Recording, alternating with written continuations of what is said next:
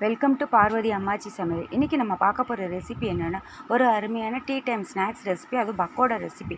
மாவு எதுவுமே இல்லாமலே நம்ம மொறுமொறுப்பான பக்கோடா ரெசிபி செய்யலாம். வாங்க வீடியோக்குள்ளே போவோம். இந்த பக்கோடா ரெசிபி எப்படி செய்கிறதுன்னு பார்க்கலாம். இதுக்கு ஒரு கப்பு பொட்டுக்கடலை எடுத்துக்கோங்க. நான் மெஷர்மெண்ட் கப் எடுத்திருக்கேன், நீங்கள் எந்த கப்பு வேணாலும் எடுத்துக்கலாம். ஒரு கப்பு எடுத்து நல்லா பவுடர் பண்ணி வச்சுக்கோங்க. வச்சு அதை தனியாக ஒரு பவுலில் போட்டு வச்சுக்கோங்க. நல்லா நைஸாக பவுடர் பண்ணிடுங்க.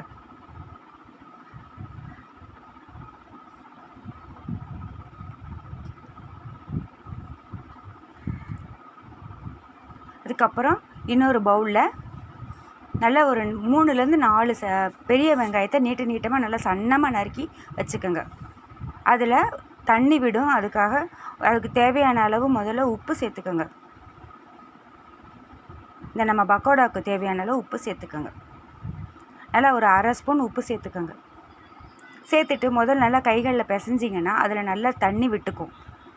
அதுக்கப்புறம் நம்ம தண்ணி தேவையான அளவு தெளித்து நம்ம பிசைஞ்சிக்கலாம். இதில் நல்லா 5 பச்சை மிளகா, 4லேருந்து 5 பச்சை மிளகா சேர்த்துக்கோங்க. அதுக்கப்புறம் ஒரு கொத்து கருவேப்பிலை, நல்ல மல்லி இலை பொடியாக நறுக்குனது நிறையாவே சேர்த்துக்கோங்க, நல்லாயிருக்கும் உங்களுக்கு. அதுக்கப்புறம் ஒவ்வொரு மசாலாவாக நம்ம போட்டுடலாம். 1/2 ஸ்பூன் தனியாத்தூள்,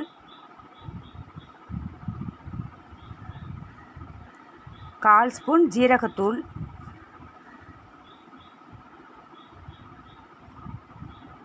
1/2 ஸ்பூன் கரம் மசாலாத்தூள் சேர்த்துக்கோங்க. அதுக்கப்புறம் ஒரு 1/4 ஸ்பூன் அளவுக்கு மஞ்சள் தூள் சேர்த்துக்கோங்க. தனி மிளகாத்தூள் 1/4 ஸ்பூன் சேர்த்துக்கோங்க. ஏற்கனவே நம்ம பச்சை மிளகாய் சேர்த்துருக்கோம், அதனால் 1/4 ஸ்பூன் போதும். கொஞ்சோண்டு மஞ்சப்பொடி ஒரு 1/4 ஸ்பூன் அளவுக்கு சேர்த்துக்கோங்க.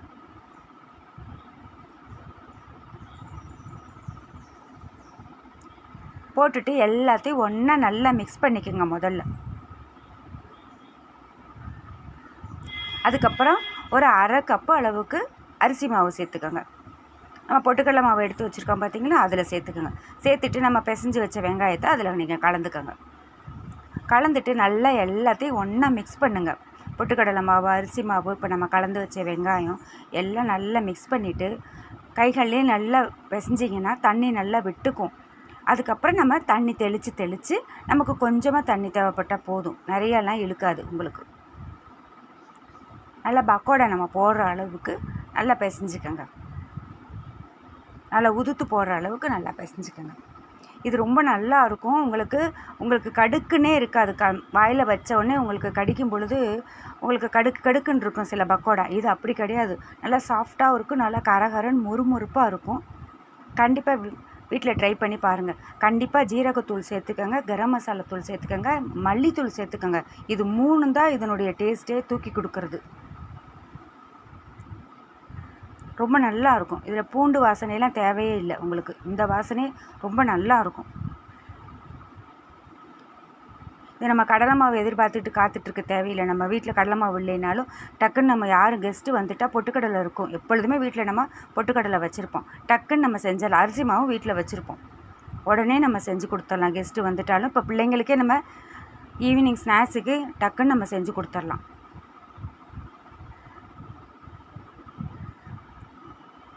இது நம்ம சாதத்துக்கு கூட நம்ம தொட்டுக்கலாம், ரொம்ப நல்லா இருக்கும் உங்களுக்கு.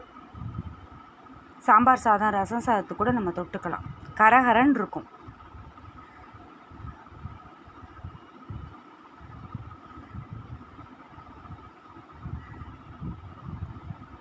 இதே போல் எல்லா பக்கோடாவையும் பொரித்து எடுத்துருங்க.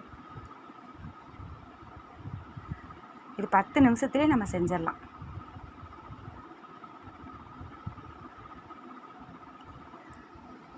எல்லா பக்கோடாவையும் பொரிச்சிட்டு கடைசியாக கருவேப்பிலையும் சேர்த்து பொரித்து எடுத்துருங்க.